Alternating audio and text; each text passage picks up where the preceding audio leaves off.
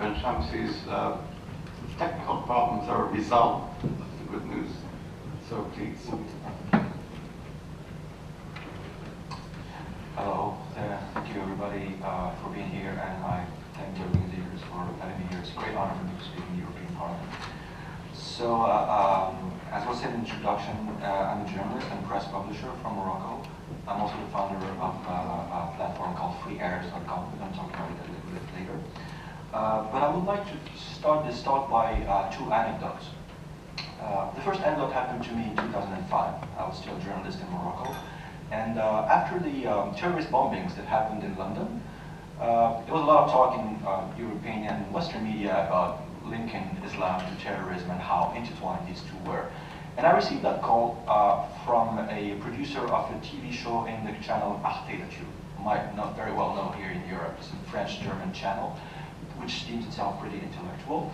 So this gentleman told me that they were airing a debate, Tima, maybe you know that show on Arte, about how Islam should not be conflated with terrorism, about all the misconceptions that were going on in the West, that Islam is not a religion of terror, that it's rather a religion of peace and tolerance. And he told me, we checked out your magazines, we saw that you are pretty progressive, so we would like to invite you to our show so you can explain to our viewers that Islam is not a religion of terror, and it is rather a religion of peace and tolerance, and etc. So my answer was, well, after thanking him for inviting me to his show, I said, as for Islam being a religion of peace and tolerance rather than a religion of terror, honestly, I can't tell. I don't know. I mean, Islam is, after all, Bin Laden does pick arguments from the Quran, doesn't make them up. But on the other hand, you got this guy called Malik Shebel, he's an Algerian scholar, who wrote that book called the Islamic Kama Sutra. And then he wrote that other book called the Islamic Ontology for Wine. Both of them pick their arguments from Muslim culture. So my point was that Islam could be whatever you want it to be, just depending on the verses and the references you pick. So I told the guy, well, if I come to your show, it will be to request the right to be defined otherwise than through my assumed religion. And then he told me, but I'm confused. Are you not a Muslim? I started scratching my head. I said, okay. Are you? I said, what's your name? He said his name was Paul. I said, okay, Paul, are you a Christian? And he was like, well, I'm French. I'm not sure. I mean, yeah, I used to go to church when I was a kid. My parents used to me, but it's been a long time, so I just don't really care. It's like a personal thing, you know. I said, okay, well, it's a personal feeling, right? So why do you assume that I don't have personal feelings? Just because my name is Ahmed, so you assume that I have a religion on my forehead, and you're Paul and you don't have that? Why? Why would you be different than me? I mean, freedom of conscience is a universal human right, right? And I'm a member of the universe as well, just like you. So why do you just call me a Muslim without even asking me? That's not right. Well, I usually explain this, what happened between me and Paul, with a string of pictures. Basically, Paul was giving me the choice of either identifying to this version of Islam, like being the bad Muslim, or this version of Islam, like they're much nicer and cuter and peaceful, etc. But what I like to identify to this is this. This picture was taken in a festival that happens once a year in Morocco. It's the festival of Dessambr. There's a lot of music going on. It's like Woodstock stuff, and people smoking joints and dancing in the street. This happens in a Muslim country as well. And why would I not be given the choice to identify to this type of people? So basically my point to Paul was that all of these things are, again, universal human rights, freedom of conscience. Don't patronize me. Don't assume that because my name is Ahmed, I should be the target of some kind of cultural relativism or Orientalism. Just deem me the same rights as you do, and let me come to your freaking show and say that to your audience, that I'm as free as you are. Well, the end of the anecdote is that Paul didn't end up inviting me to his show, because I think my ideas were kind of outside of the box, really. So the second anecdote I would like to tell, this is quite revealing for the rest of what I'm going to say. The second anecdote happened to me in 2009. I was, again, a journalist in Morocco, and I was invited by the American ambassador for some reception. And we were chatting about, the situation of press freedom in Morocco, and I was explaining how bad it was. And the ambassador told me, but, I mean, I don't understand. You should feel lucky, you know? If you were in Syria, you would be in jail, probably, or you would receive a bullet in your head. And so freedom, I mean, yeah, Morocco is a relatively free place. Why are you complaining? I told him, Mr. Ambassador, what do you expect me to do? Wake up every morning and rejoice because I'm not Syrian? I mean, I do live in Morocco, and I have problems because I'm a journalist here, and I'm being sued like all of the time, and my newspaper is banned. So what is this relativism vision of yours? I'm telling you about the real problems we have here. The guy, I was just talking to that years. So the reason why I brought up these two anecdotes is just to show that when it comes to democracy and human rights promotion in the Arab world, the Western vision, I mean mainstream Western vision, either come from the US or the EU, is often, it's what this journalist Michael Gerson called the soft bigotry of law expectations. And I've heard that this morning in the first panel about, there's not a big readiness in the Arab world to stomach democratic and liberal values. It's, a pure approach of democracy wouldn't exactly help in the Arab world. Tolerance may not sound the same in New York and in Saudi Arabia. Cultural relativism. I say it's not a good approach. And I say that we should focus on the Arab vanguard, and there is one, that those promote these values as the values of democracy and human rights and liberalism just as they are, universal values. Well, of course, the first argument I would get is how little is this, how many of these people do exist? I mean, yeah, there might be people who defend universal human rights in the Arab world, but how many, seriously?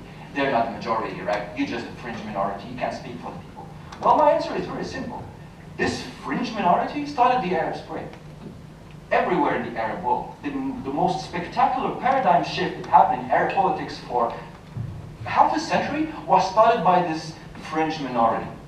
So liberal activists and people who generally defend universal human rights in the Arab world are to be reckoned with, and they have a very strong capacity to influence the people. Of course, history showed that since the Arab Spring, they were outplayed by whatever organized political force was out there, like the army in Egypt, the monarchies, wherever there's monarchy, Islamist groups also, Muslim Brotherhood, etc. And it's pretty normal. I mean, you can't just impose yourself in a bid for power over people who have been preparing them centuries. Long-lived young Arab liberals, they might be very inspiring, but they don't have guns, they don't have money, they don't have grassroots organizations, they don't have all it takes to impose yourself in a competition for power. However, since we're talking about communication, and that's our aim today, change is not always something that happens at the political level. It's also, and arguably more importantly, on the social level, on changing the mentalities and changing social value.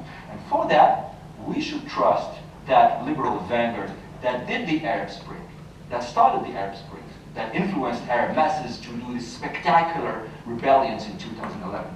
So not only is this liberal vanguard still alive, unlike what a lot of people think, because on the news you just see, Daesh and Sisi and whatever oppressive news they're out there. You don't hear about those guys anymore. Well, breaking news, not only are they still alive, but they are very much influential and very active and inspiring. I'm going to show you some numbers very quickly. This is a story that I just published by the Middle East Institute, if this thing works. Yes, it does. Okay, here are the numbers. Just a couple numbers. Egypt is often exemplified,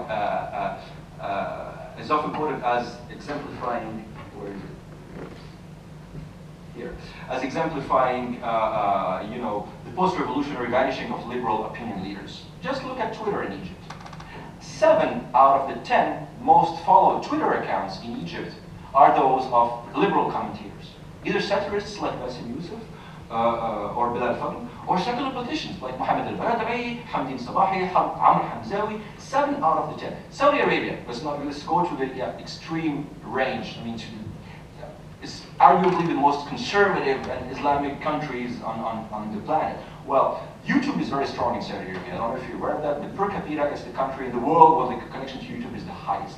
Well, out of the 10 most followed YouTube channels, 6 are those of satirical shows produced by rebellious youth groups. And I did the math. By November 2014, that was just last month, the total views of videos uploaded by these channels were 915 million views in a country of 30 million people. Don't ever tell me that liberals do not have leverage anymore in the Arab world. I could give you more numbers and go on, but I don't want to bore you with that. My key point is that the US and the EU Want to promote democratic values in the Arab world? Good. Well, do not ask yourself how you will market it to unprepared audiences, because that's a self-defeating question and self-defeating strategy. Just trust, help, support, and empower the locals who already do that. And there are a lot of people who do that on an everyday basis and do that pretty efficiently. Since this is a practical session about solutions and can-dos, I'm going to show you an example. Well, I'm sorry if it's a bit self-serving, because it's the platform I'm running, freearab.com. But I think it's a good example, though, about Arab, activists and liberals. So this is a platform that was created last year, and the idea was to bring together many of those liberal activists who started the Arab Spring dynamics. Here we go. So what is this platform? As written here, it's a group of free-minded bloggers, journalists, and activists based in the Middle East, North Africa, and the rest of the world, keen on perpetuating the democratic spirit of the Arab Spring. We confront both autocrats and extremists with audacious reporting and whistleblowing, daring, opinion writing, and creative AG artwork. And we are a community of about 500 bloggers, activists, and every day we're getting bigger, coming from all over the Arab world, advocating values such as, this is our statement of mission. We fight authoritarianism and corruption, advocate free election and open government, and champion civil rights. Speech, thought, opinion, belief, expression, all freedoms are our friend. Baseline, Arabs too are worthy of universal human rights, unlike what Paul thought. And we're fun. That's also, since we're asking ourselves how to reach out to those people, well, there's no mystery. I mean, modern media have been invented quite a long time ago, and there's no mystery. If you want to reach out to people, you have to be attractive. You have to have like glowing pictures, colors, fun stories. Of course, we cover a wide range of topics. Just a quick survey of this week's topics. This is a testimony of a girl who explains how she broke out of Islam, because that is possible in the Arab world, even though very little people think it's possible. Also, from the other side, this is a vision of this Islamist lady who's a journalist in Tunisia who explains the deeds of Ahmad, the Islamist Tunisian party, from the inside. Lots of stories, journalism under assault in Yemen. This is a story about stop sanctifying people of religion, etc. I mean, we have a lot of stories. I don't want to bore you. This is a coming out story of a young lesbian woman who came out to her father, and it's still possible, and her father supports her. This is happening in what people call the Islamic world. And who talks about it? So a lot of topics like this. And so we cover politics, society, art, ideas, fun. I want to show you something about fun. Since we're talking about how to communicate efficiently with people, well, humor, satire, fun content has always been a great tool. My colleague Alex mentioned Bassem Youssef, who's a tremendous hit in the Arab world, because he just makes politics what it often deserves to be, which is a mockery. And humor and satire is a very effective way to challenge the status quo and change the mentalities. I want to show you this section that we created for Arabs. It's called the Horrific Four. The Fantastic Four, right, for the superheroes.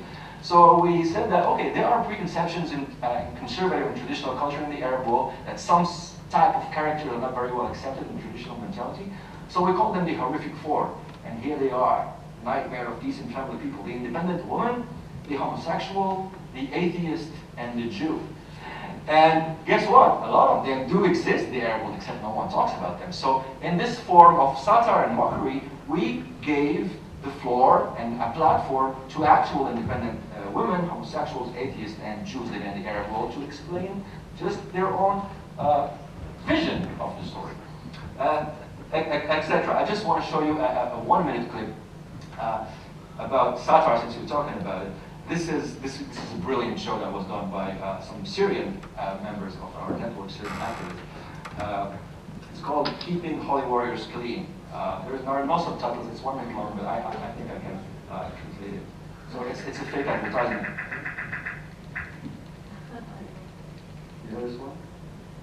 So it's basically...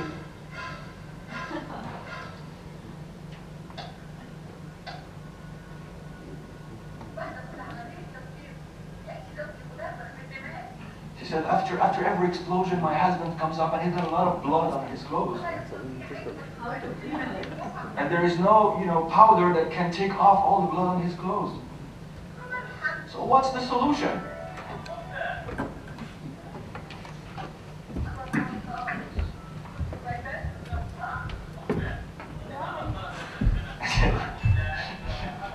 Daik is a play on word on Daesh, you know, ISIS. And he says, oh, we have this miracle powder called Daik, and you should just use it on your clothes. See, take a white cloth, put a little of ink on it, a little of blood, and then you rinse it with Daik,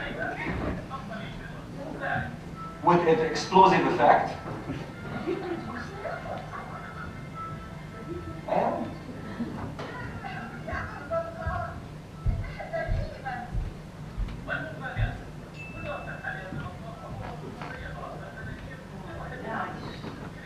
for the lovers of suicide attacks, there is a bigger box with a more economic price. Did you produce it? No, we didn't. No. I wish we could. I mean, if we had more funds, we would produce stuff like that. So this was to show you while the West and Europe, and I will wrap up with that, are wondering how can we teach democratic values and liberal values in the Arab world, this is happening. And a lot of stuff like this is happening. So my answer again is, don't teach anyone. They know how to do that. Just support those who do it already. Well, and to finish, some will tell me, well, this side is in English. Well, it's not exactly in English. It's a lot of it is in Arabic. So, but we put it in English for simple reasons, because we believe that the funding and the kickstarting must be Western focused, because unfortunately few people are willing to financially support us to start with. But we have high ambitions for this platform to make it in 3 versions, in Arabic, in English, and in French, because it's relevant in the Maghreb as well. And there are thousands and thousands and tens of thousands, probably hundreds of thousands of people who would, you know, recognize themselves in such things because they come from inside Arabic societies. So my last point is that don't tell me or yourself anymore that Arabs are not ready for democratic or liberal values. They are way more than you can believe. You just need to identify those people who are doing this already in the Arab world. And I'm happy to help with that, by the way, because I know a lot of it. And help them, support them. They need a lot of help, they need a lot of support. This, what you saw here, has been done with almost no funds, just a labor of love and people coming together. But there are thousands of initiatives. I want to end to show you a last one, something that happens. This is a great group artist doing, like, since we're talking about Islam, this is the Kaaba, it illustrates how religion is more of a Rubik's Cube than you could expect. And one last thing to end with is, it happened in Lebanon recently. I don't know if you heard about that. There was this Lebanese athlete called Jackie Shamoun. She was a skier. She participated in the Olympics. And apparently she posed for a calendar. I mean, she had like more or less erotic pictures. Not exactly naked, but still sexy. And there was an outcry in Lebanon about, that she shamed the country by posing like that. And at the same time, there was a case of violence against women. So there was this very, smart group in Lebanon who did this. Where is it? Here. Yeah. I had this poster. What shocks you more? Violence against women or nudity? They launched this campaign, and then there was a fantastic response by average Lebanese citizens. And they launched the campaign. It's called I'm Not Naked. Strip for Jackie. Jackie was the athlete. And you saw pictures like this. I'm not naked. I'm a product designer. I'm a radiographer. I'm a drummer. I'm free. I'm a writer. I'm a photographer. Look at Arab people. Is it what you usually think they are? I'm a project manager. Oh, a minority? Really? No, they're not. Because people like that, they started in Lebanon and elsewhere in the Arab world. They were at the forefront of the protests in 2011. They were joined later by larger groups. But they initiated the larger magnitude and larger scale paradigm change that ever happened in the Arab world. And cultural changes are still started by minorities, but then it can end up to revolutions. This is how liberalism happened in the rest of the Arab world. I'll let you watch this picture. Thank you very much.